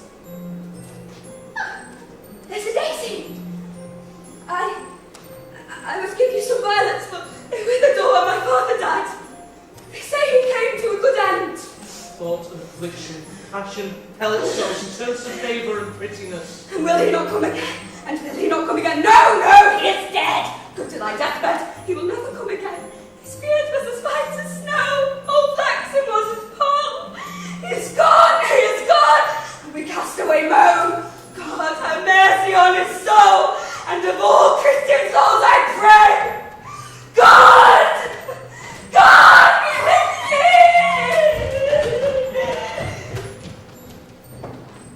you! Do you see this, O God? Be you content to lend your patience to us, and we shall gently labour to give your soul its due content. Let this be so. His means of death, his obscure funeral.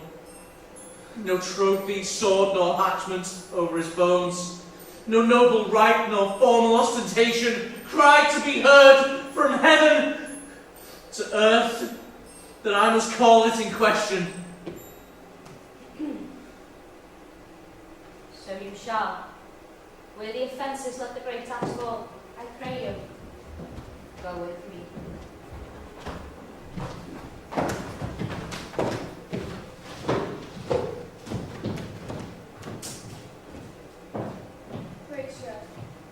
When thou shalt have overlooked this, give these letters to the king.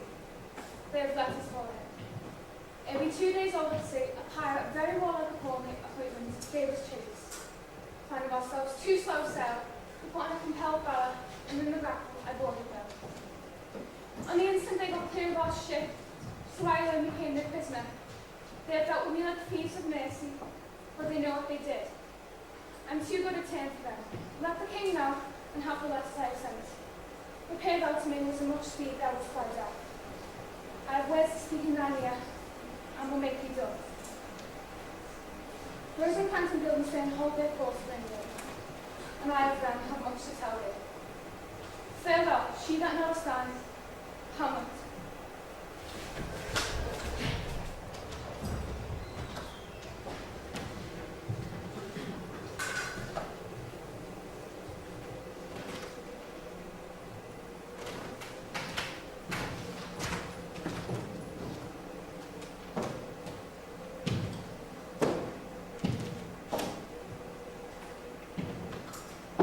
A letter. Good Laertes. From Hamlet.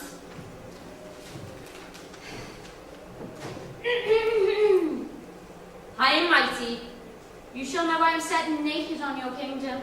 Tomorrow shall I beg leave to see your kingly eyes, and I shall first asking your pardon thereunto reaccount the occasion of my sudden and most strange return, Hamlet. Let her come. It warms the very sickness in my heart that I shall live and tell her to her teeth, thus didst thou. Laertes, will you be ruled by me? Aye, my lady. I will beg you to illustrate, now right in my device, from under the which you shall not use before. For a death no one to blame shall read, even a mother will understand to practice and call it accident. You will be ruled, my lady. Laertes, is your father dear to you, or are you the painting of a sorrow face without a heart?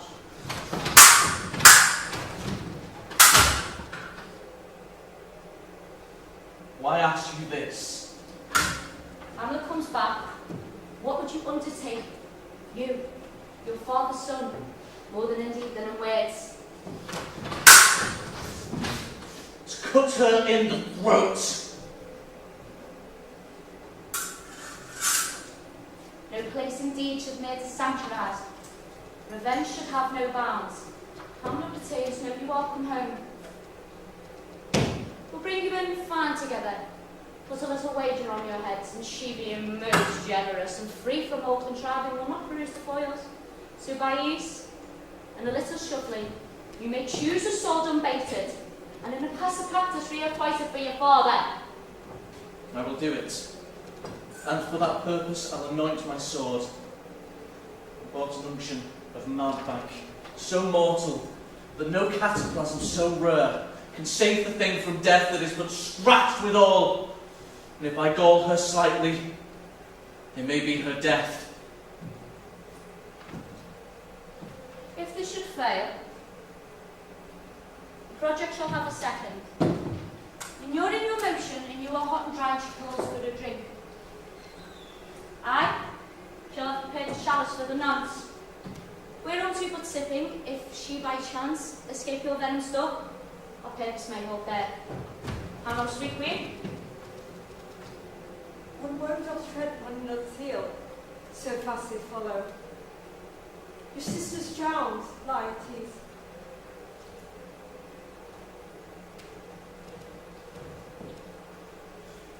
Drowned. Where? There's a willow that grows aslant a brook, that shows its whole leaves in the glassy stream.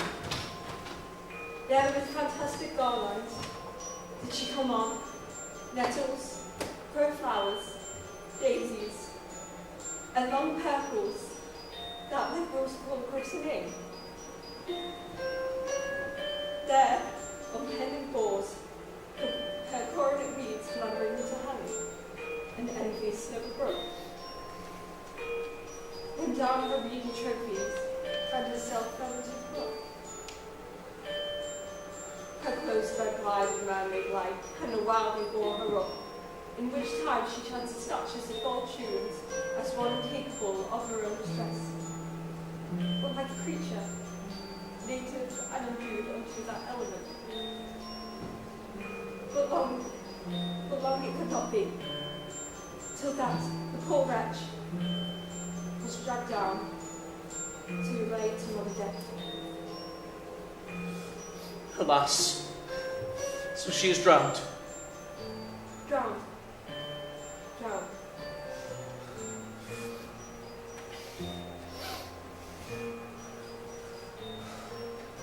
Too much water hast thou, poor Ophelia, and therefore I forbid my tears. But yet it is our trick. Nature her custom holds. Let shame say what it will. When these are gone, the woman will be out. But you, my lord, have a speech of fire that fain would blaze, but that this folly doubts it.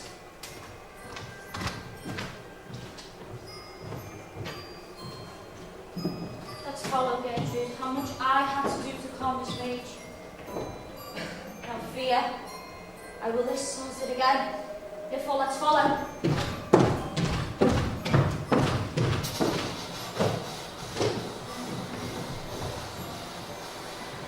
Is this fellow no feeling of his business that he sings at grave making? What's the matter, lady, in the property business? There's a skull now.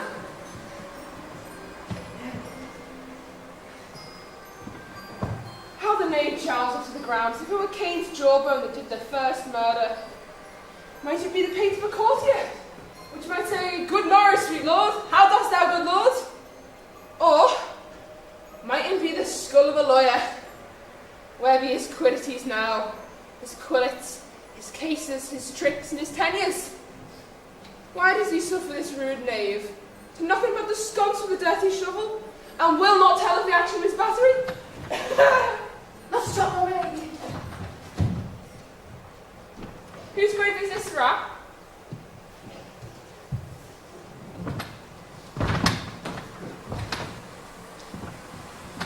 Mine, my lady. I thinkest be thou liest, then. You lie out on it, my lady, and therefore it is not yours. For my part, I do not lie in it, and yet it is mine. 'Tis a quick lie, lady. 'Twill away go from me to you.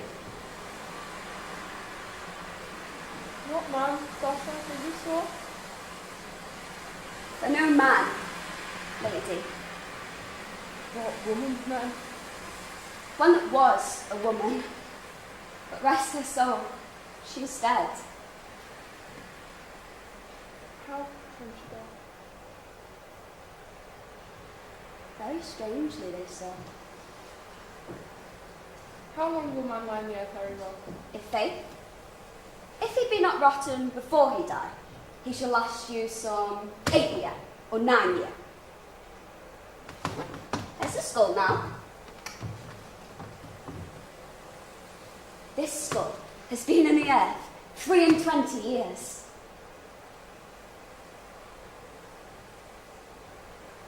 Whose was it? Whose do you think it was? Nay, I know not. Pestilence on a mad road. I caught a flagon of relish on my head once. This same skull, my lady, was Yorick's skull, the king's jester. This? Ian that?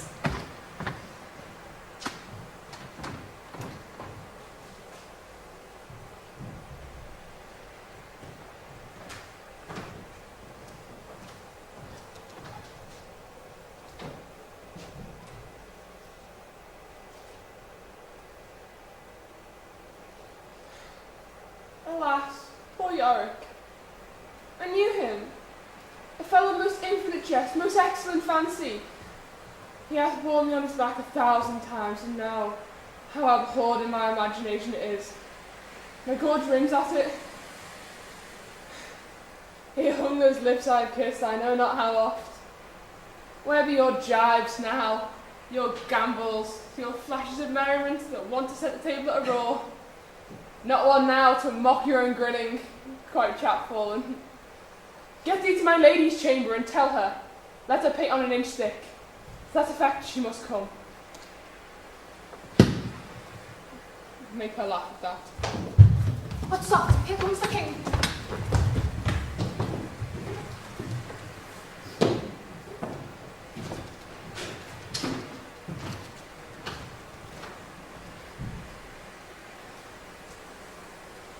What ceremony else? What ceremony else?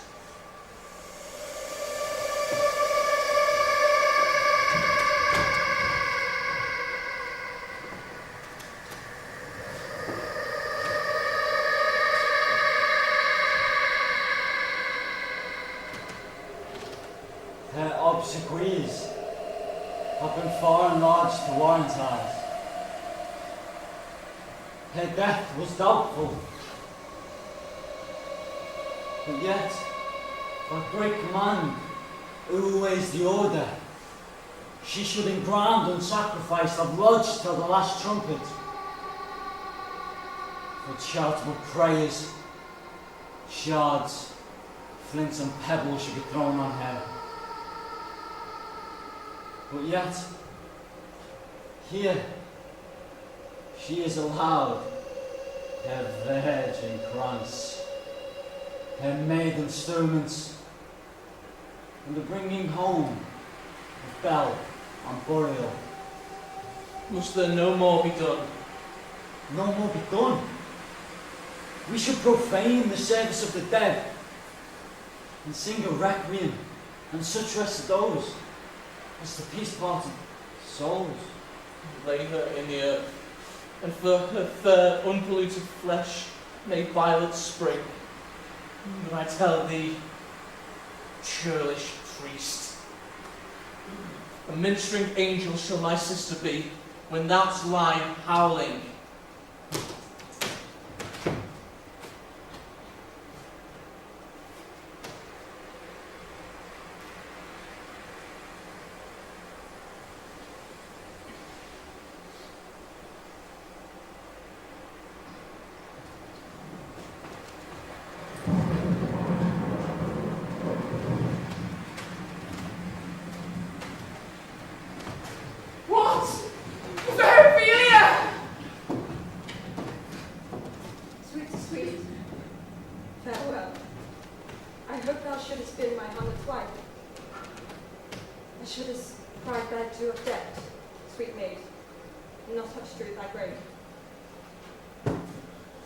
hold off the earth a while, till I have caught her again in my arms.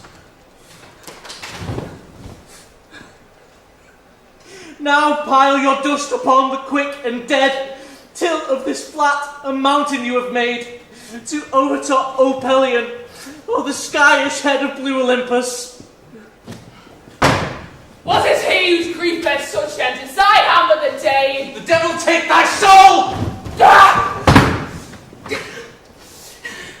Thou prayest not well, I pray thee, for though I am splensive and rash, there happen me something dangerous, let thy wiseness fear. Hold off thy hand, Hamlet! I'm not Ophelia! 40,000 brothers, not that once in love, could not make my son.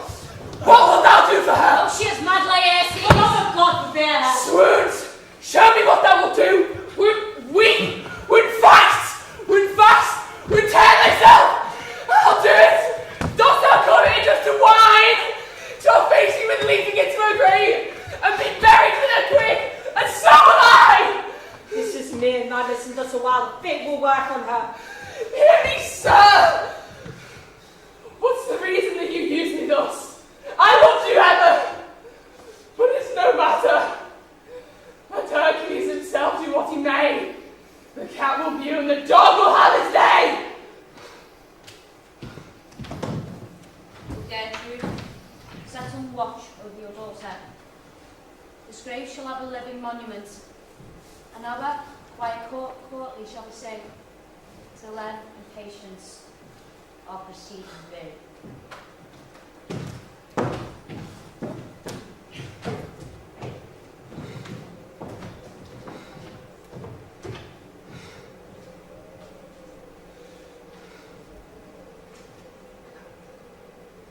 So much for this, sir. Now shall you see the other. Up from my cabin, my sea gown scarfed about me. In the dark kirk died to find not them. Had their desire, fingered their packet, right found Horatio, a royal knavery, a royal command, blood made several sorts of reasons. My head should be struck off. It's possible. Here's the commission. Read it at more leisure. But wilt thou hear me how it did proceed? I beseech you. Being thus netted round with villainies, I sat me down. Devised a new commission, wrote it fair, an earnest conjugation from the king, as England was his faithful tributary, that on the view and known of these contents, without abatement further, more or less, he should the bearers but to sudden death, not striving time allowed. So Rosencrantz and Guildenstern go to it? They did make love to this employment. They're not in my conscience. Why, what queen is this? Does it not, thinkest thee? Stand me thou upon! He hath killed my king and whored my mother, pumped him between the election of my hopes, and thrown his angle for my proper life with such hostage. His perfect conscience to quit him with this arm, and is to be damned to let this canker of our nature come in further evil.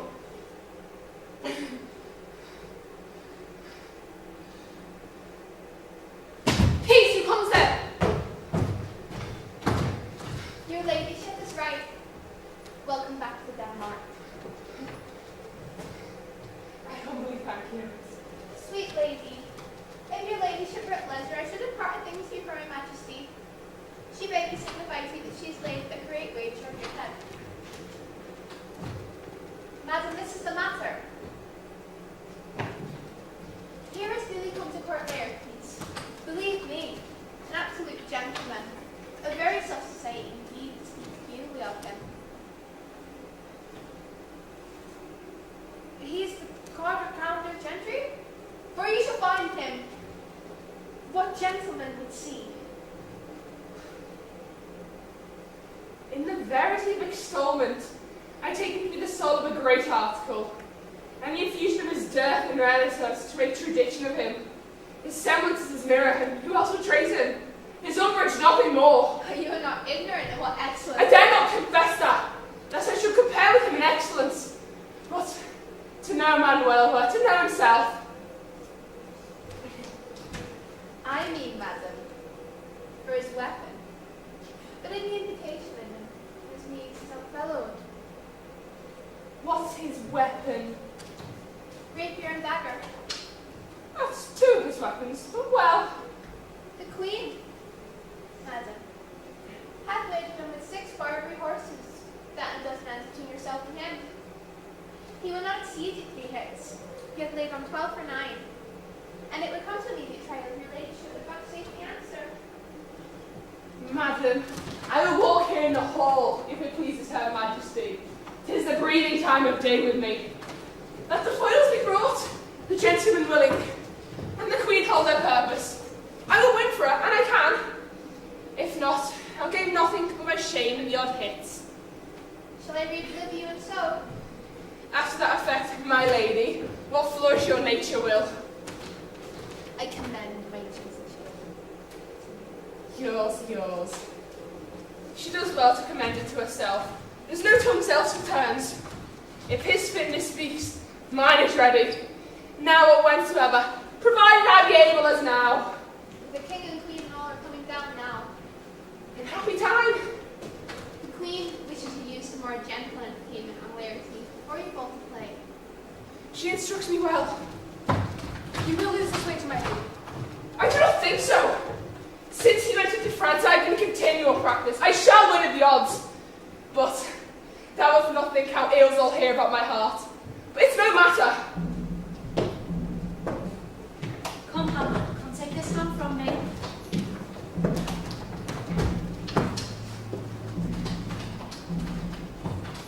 Give me your pardon, sir. What have I done that my own nature, honour, and exception roughly awake? I here complain with madness. Was Hamlet wrong, Laertes? Hamlet denies it. Who was it then? Her madness, if be so. Hamlet is of the fashion that is wronged. Her madness is poor Hamlet's enemy.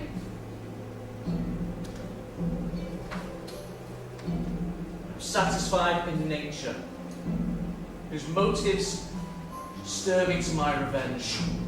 But in my terms of honour, I stand aloof, and will no reconcilement, till by some elder masters of known honour, I have a voice and precedent of peace, to keep my name with God. Until that time, I shall receive your offered love, like love, will not doubt it. Come on.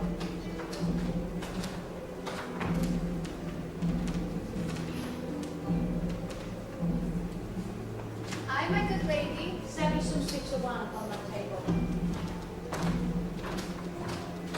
If Hamlet should give the first or second hit, or question to the answer of the third exchange, let their battlements to their ordnance fire.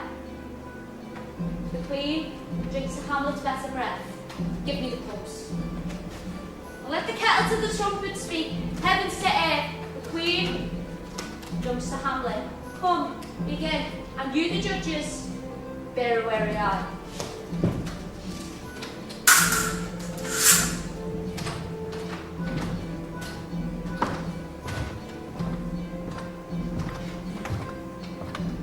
Come on, sir! Come on, my lady.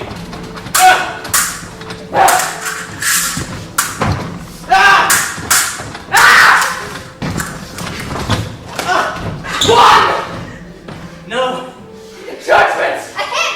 A very palpable hit. Well, again. Stay. Give me drink. Hamlet, this pill is thine. Here's for thy health. Give her the cup.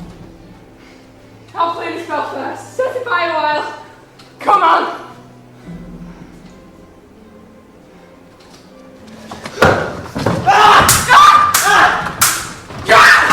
Another hit! What say you? Touch, I do admit. Or else I shall win. Come here, Hamlet, take thy napkin, rub thy brow. The Queen corrodes to thy fortune, Hamlet. Good, madam. Get your two nothing! I will, my king. I pray you, pardon me.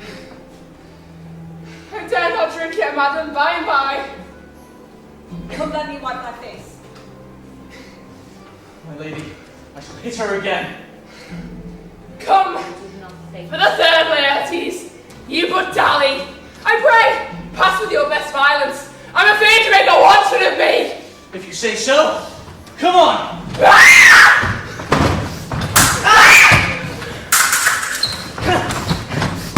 Nothing! Either way! Come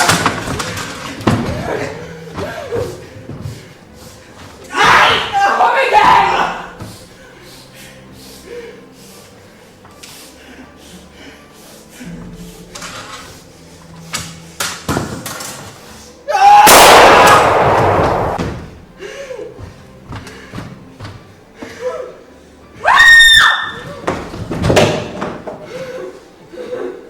Look to the queen there, ho!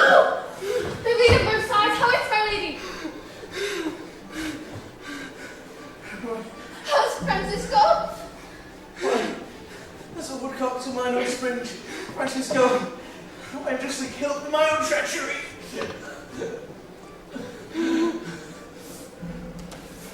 How does the queen? She swims to see them. No! The drink, my dear Hamlet, the drink. I am poisoned.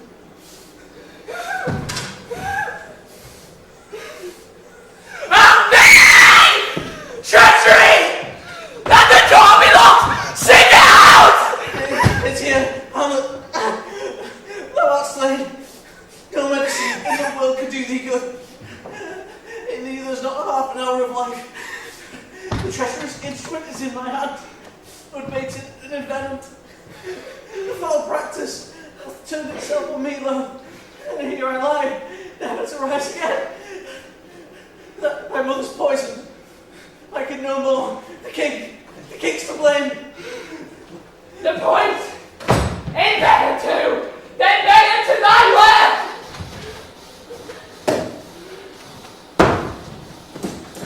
Thou murderous, incestuous damned Dane! Follow my mother!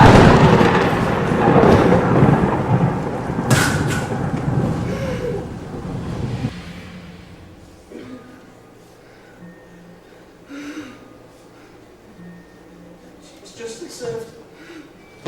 It's poison tempered by herself. Exchange forgiveness with me, noble Hamlet. Mine and my father's death come not upon thee, nor yours upon me.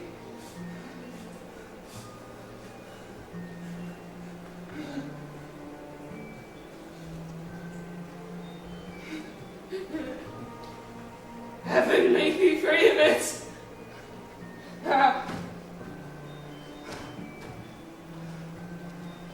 Oh, I followed thee! Horatio, I am dead, Horatio! Wretched queen! You that look pale and tremble in this trance! Not a mute audience this act! And I for time! Does this swell sergeant dead the strength of his arrest? Am I gonna tell you? But let it be. Horatio. I am dead. Report me with my cause of right to be unsatisfied. Never believe that I'm more acting broken than a day. Hit that to little left. As thou art a woman! My hair, give me the cup! My hair shall have it!